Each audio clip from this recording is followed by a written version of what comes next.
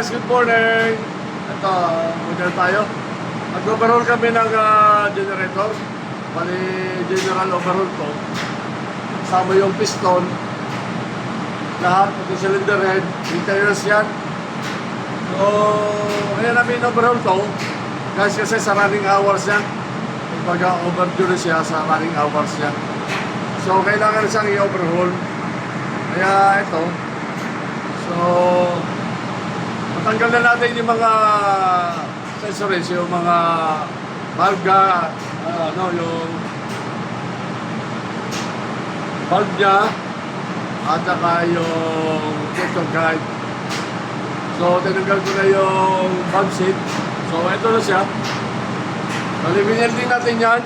Guys, kinat natin yung barbula, yung valve, para maganda yung kapit sa valve guide.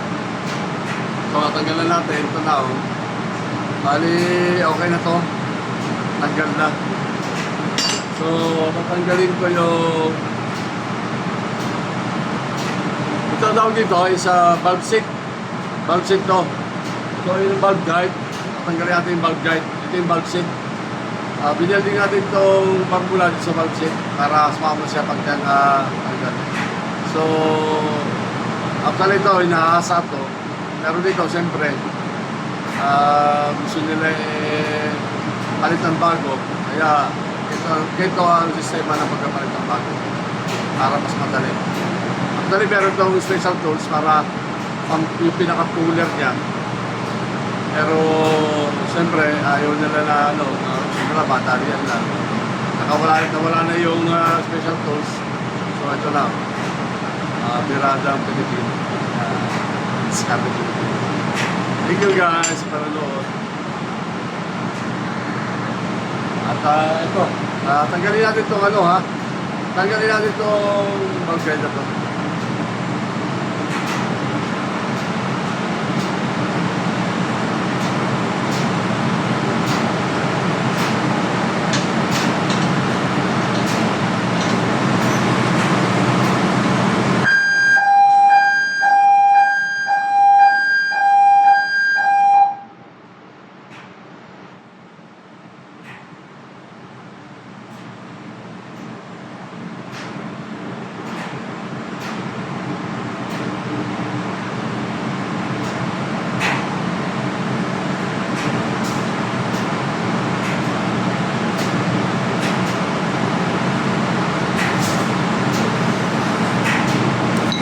Hinabahan ko na ng video.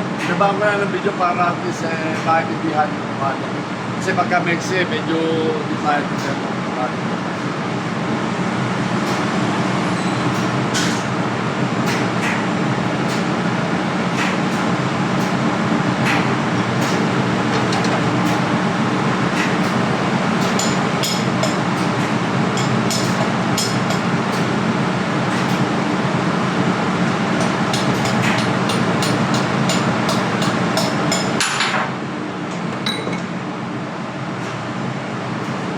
So, ito naman yung packet ng injector guide. Balik ako, natanggal ko na to. Actually, ito pagka kinakabit, pero yung ng torque race. Para 245 yata ang pinaka-minimum ito. Maximum is 250. Newton.